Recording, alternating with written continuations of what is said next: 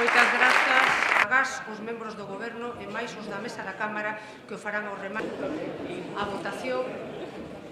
Muriño Villar Antonio. Novoa López Enada. Cores Tourís José Manuel. Díaz Pérez Yolanda. Feita a votación, o resultado é o seguinte: votos emitidos 75, votos a favor 41, votos en contra 34. Obtida a maioría absoluta, proclamo elexido presidente da Xunta de Galicia a don Alberto Núñez.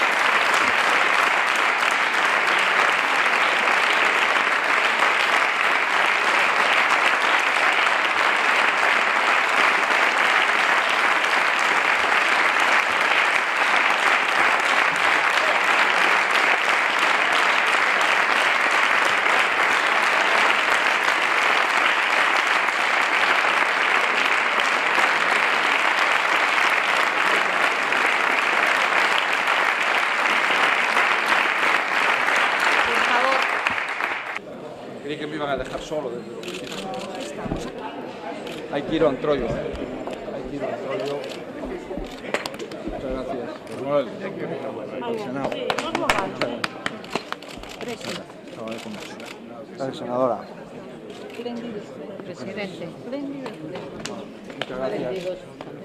Muchas gracias. ¿Qué tal? Estando sido la presidencia. ¿Cómo estás? Vamos a intentarlo, que non é fácil, Aquí está o meu portavoz favorito. Con este aprendín eu cantidad de cousas. Muchas gracias. Intento ser un sucesor digno. Muchas gracias. Nos vemos el sábado. Bueno. Oye, bien, Ya, pues. Lo de hacer palanca.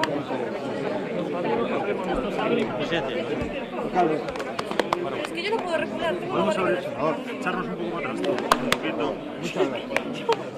Non veo o ano pasado, pero aquí, por favor. Sí, presidente. Bueno, muy bien. Gracias.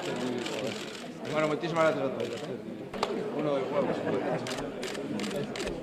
¿Qué pasa?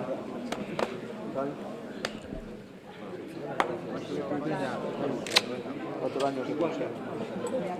Don Carlos. Enhorabuena, presidente. Enhorabuena. Sol,